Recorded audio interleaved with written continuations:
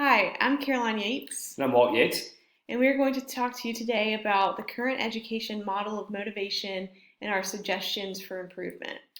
I was previously a high school math teacher for 6 years, so I do have some personal experience with this topic. During this time, I did think a lot about my own motivations, and I talked with other teachers about theirs.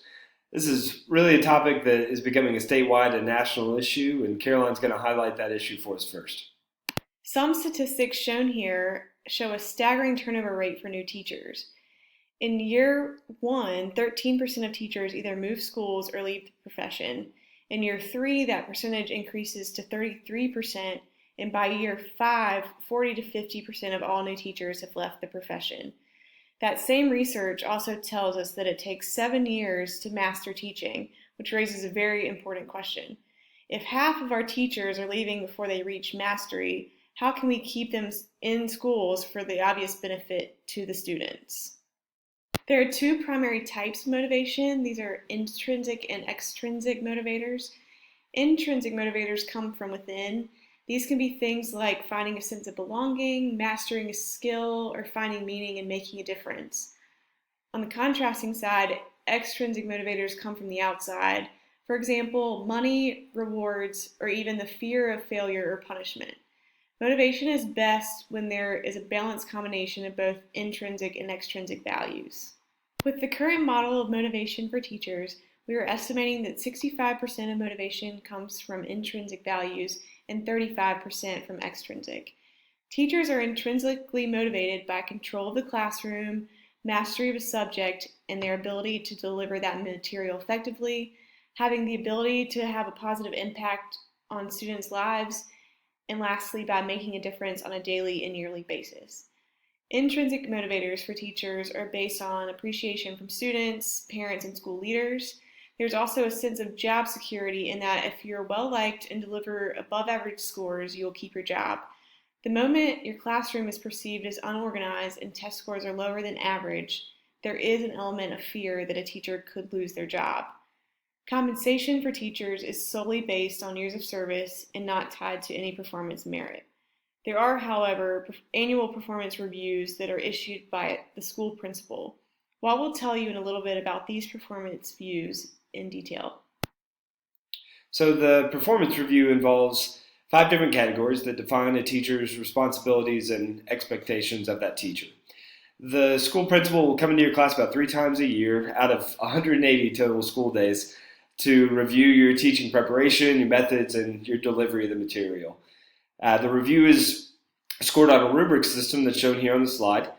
Developing is the lowest level, and by essentially checking the boxes, you can work your way up to distinguished. The problem with this is that there is no reward for the teacher who's considered to be accomplished or distinguished. However, as Caroline touched on earlier, there is a fear of punishment if you're within that developing category. This is because if a majority of your scores are developing, you're going to be put on an action plan with the principal. If you do not show improvement by the end of the year, you're going to be at risk. You'll be at risk for losing your job at that point. So, in looking at this current model of motivation and evaluation, we've applied it to the expectancy theory. This theory states that motivation is a function of valence, instrumentality, and expectancy. Valence in this case is quite low because there's no compensation tied to your evaluation results or students' test scores. It's also primarily relying on appreciation, which may or may not come from others. Instrumentality is medium, and then if you get the job done, you're going to be brought back for the next year. There's also medium level of expectancy. You do have control over your own teaching methods and your approach, but you don't really have any control over your students' previous education or their demographic background, which has been proven to have an impact on a student's performance. All of these factors have led us to propose a new model of motivation. Our goal in this case is to increase extrinsic motivation from our estimated 35% to up to 50%. This doesn't mean that intrinsic motivation is going to be negatively affected for teachers, but it does mean that the qualities that motivated teachers intrinsically will at least be more closely tied to extrinsic rewards. The two changes that we will make are highlighted below. First, we're going to reevaluate performance reviews, and we're also going to begin a merit-based pay program. To add more detail to this, what we're proposing is a bonus package at the end of each school year. The teachers will be eligible for a bonus up to 10% of their own salary. For example, a beginning teacher makes about $35,000 a year, which means they're eligible for a bonus of $3,500. A more experienced teacher will be making $50,000, so they could receive a bonus up to $5,000 for that year. The bonus will be tied to a percentage that's derived from two equal categories: student performance and their annual performance reviews. Student performance is going to be evaluated equally between the students' test scores and the total pass rate for that class of students. Meanwhile, the annual performance reviews are definitely going to occur more frequently. We're proposing one review per month, actually. That equals 9 total for the year, about 3 times the current amount. Also, the reviews will come from various perspectives, not just the school principal. Evaluators will include vice principals, peer teachers. We also suggest that one additional review come from the students themselves. All of these indicators of teacher effectiveness will be totaled up to give us the percentage of the bonus that the teacher could actually receive.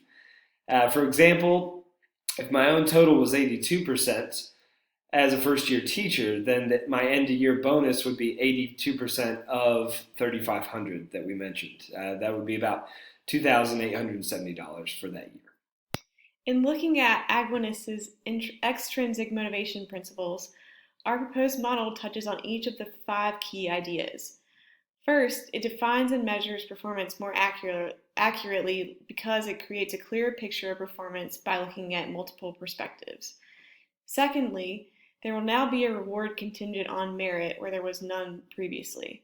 Third, it will be an annual plan that teachers will be aware of.